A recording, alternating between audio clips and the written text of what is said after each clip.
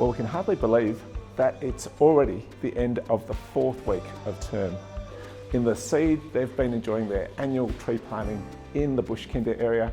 The junior school have got Wakakiri this week. They've got their first camps for the term this week. And around me is their incredible junior school and Seed art exhibition. In the middle and senior schools, we've had the Corals. First time, full version of Corals in 3 years. We've had father-son weekends and the annual Dart Wagon football match, Ices and Bass cross countries, and the opportunities keep coming for our students. We're here with Spencer, with Chloe and with Ashan, 3 of our superstar Year 7s, and they're here to tell us about an important project which is a continuation of our partnership with the village and people of Inauro in East Timor. So tell us, Spence, what have we been up to with this important service project? So basically we've been raising money for these lights, and we're going to build them at the farm, and these for the people in East Timor so they can have lighting in their home. So we've got lighting at home with these solar powered lights that have a battery in them, and that gives them light at home so at night time they can keep doing things that they want to do. Chloe, tell us about what has been going on with the fundraising side of things. So we as a cohort of Year 7 have raised money through chores and jobs around the house, helping out neighbours to create these lights and make them. We've raised enough money to buy batteries, and that's really good because they last even like 10 years or so. Yeah. So these lights that we're going to give them will have spare batteries that will last up to 10 years. Ashan, why is this so important for these particularly young people in Inauro? It's really important because when people come home, like students and adults, they don't have enough light to do things that we take for granted, like homework and just chores around the house. So it's really important that we do give them that sustainable source. Yeah, fabulous. And so I believe though, you've exceeded your fundraising target. Oh yeah, we have raised over $6,000 through just our efforts and stuff, and I think we're all really proud of that. So, yeah. Yeah, how exciting. And I know this is just one of our initiatives. We've got our Days for Girls, which provides sanitary items for the young women of Inauro and ongoing connection with that community. So congratulations to you guys. It's super important that we continue this connection and support those who are less fortunate than ourselves, and you should be very proud of all that you've done. Thank you. Well, I'm here with Joe Appleton, Sophia Litris, stars of Grease. How was the whole production process, Joe? Tell us about it. I really enjoyed it. I think that there's a special type of bond that you form with everyone over the year levels, and it's a bit different in terms of like you're spending a lot more time, like it's 3 times a week that we'd be rehearsing, and then we've got obviously the full production week, that sort of thing. It's just a real team effort, and it's a real good group environment with positive vibes. Yeah, and so for the first time they had a backstage wellbeing team for the cast and crew. How did that work? Oh, it was great. I think, a couple of times that the productions can get a bit intense, and it was really good this year to have just people knowing that we're there for each other and making that sense of community and family just a little more stronger. Yeah. And that closing night, I was at home with my 2 stripes for COVID, watching it live cast. That feeling of having got a full run of the show, Joe, what was that sense? It was crazy. Throughout the season we had a lot of people unfortunately getting sick, that sort of thing, and to finally get over the line, we all just had a bit of a sigh of relief, and thank God we did it. But the atmosphere that night was fantastic. Most memorable moment from either any of the shows or the production process, Soph? Oh, I think sitting backstage while Grease Lightning was going on, everyone was having a little bit of a groove, and it was just really fun to see it all come together. It was sensational. We were so proud of you both, and of course the entire cast and crew. It was toe-tapping good fun. It was just electric, so congratulations.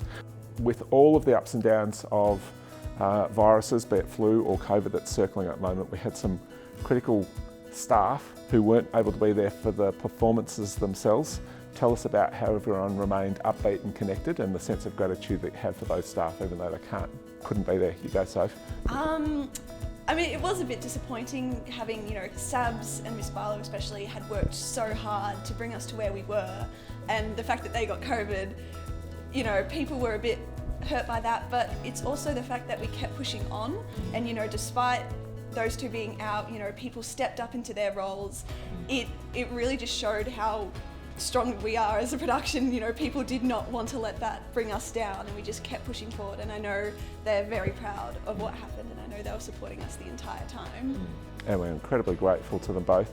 And Hannah, as Performing Arts Captain, really came to the fore in the production and took some leadership roles there and really kept everyone together. Joe, tell us about that. Hannah was one of the members of the wellbeing team, and she always did check-ins with members of the cast, members of the ensemble and orchestra and crew.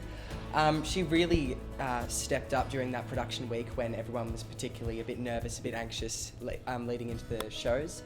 And she just made it a lot easier for particularly the younger year levels, reassurance and that sort of thing. Yeah, the glue that binds everything together. So, congratulations to you both. You are superstars, you were brilliant leads, but also you've been great models to the younger students for the production. We could not be more proud of you for your role in Grease, but also your contribution to and leadership of Corals. Well done, we're very proud. Thank you. Now, Corals, this means a lot to you both, being the talented performers that you are. Tell us what it felt like to be back on that stage show after all that time. It was fantastic.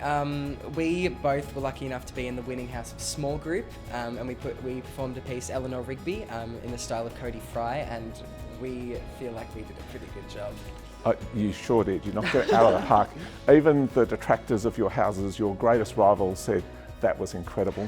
And so for the sense of connection that's been drawn across the house as a result of working together to put that performance in place. Yeah, I think it's great because, obviously any house competition brings the house together, and I think Corals gives a sense of, all working together, learning this one song, learning the dances. It kind of just unites the house a lot more, I think. It was one of those interesting junctures because there were year 7s, 8s and 9s, and anyone who was new in year 10, 11 and 12 didn't know what Corals were, and you were trying to explain it to them. Someone asked me what it was like, and I said it was like Eurovision, only bigger.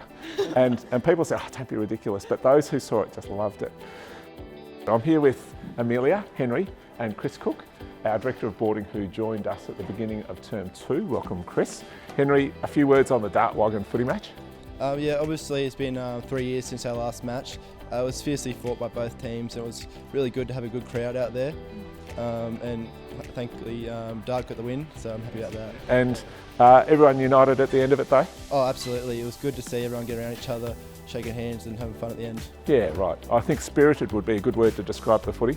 Now, Amelia, there's big movements in boarding because the girls' boarding is moving from a model where we've had Larratt, that's been year 7 to 9, and now we're going to have Larratt year 7 to 12, and progressively over the next 3 years, Woodbridge and Hayho are also going to move from their current model of year 10 to 12 to being year 7 to 12 as well. Tell us about that. What's your thoughts? I love this idea. I reckon all girls boarding houses need to have that leadership of the year 12s and the year 7s to have someone to look up to and to have a role model in their life. I know it's worked really well in Wygon, and that's why it's been brought into Dart now. So I'm really excited for what this change will bring. Yeah. So great opportunities for the younger girls who get to have mentors and role models and leadership from the older girls, but also more leadership and mentoring opportunities for the older girls of the younger girls. So Chris, we've had the father-son weekend last weekend. How did that go? Well, the father-son weekend, I think the parent-child weekends in any format are really, really well attended, and I think they're one of the most valuable spaces to get parents and the community members in and enjoying the boarding spaces with our kids. So it was well attended, and I think really well enjoyed by all those that attended. Some heartfelt and really moving words from the boys and their dads who are in their final year. And we've got mother-daughter this weekend. Yes. And I think the reference to those reflections from the parents and the children is one of probably the really special and great things to be a part of and to witness. So I look forward to the final one of the year, which is mother-daughter this weekend. So you can hear some noise in the background, which is our hungry boarders coming into the dining hall for lunch. So bear with us. And then lastly, we had Sheepvention on Monday, which was great to go out and see some members of our community in Hamilton.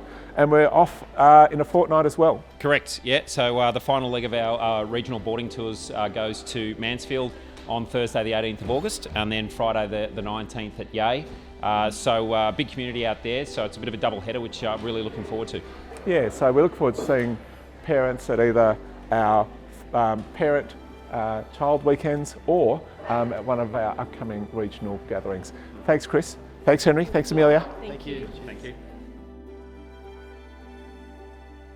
Well, our Capital Works program continues unabated with landscaping going on all around those 7 new building projects that have occurred over the last 18 months, and plans continuing for the development of the Rintel project, that's the gymnasium development, in the second half of next term. We're just delighted that our students have had so many opportunities this term so far, and with so many yet still to come. We've got the Alpine Camp next week alongside work experience for our Year 10 students, and we're all looking forward for those middle and senior school students to Adventure Week, be it Round Square trips to New Zealand, the Round Square conference in Oxford in the UK in September, or trips like scuba diving, horse riding and golf experiences for our students to enjoy in that first week of the September break. I hope that you have enjoyed a terrific start to the term for your family. We're looking forward to seeing you at one of our upcoming functions or events, but we look forward to all that's ahead for your children this term.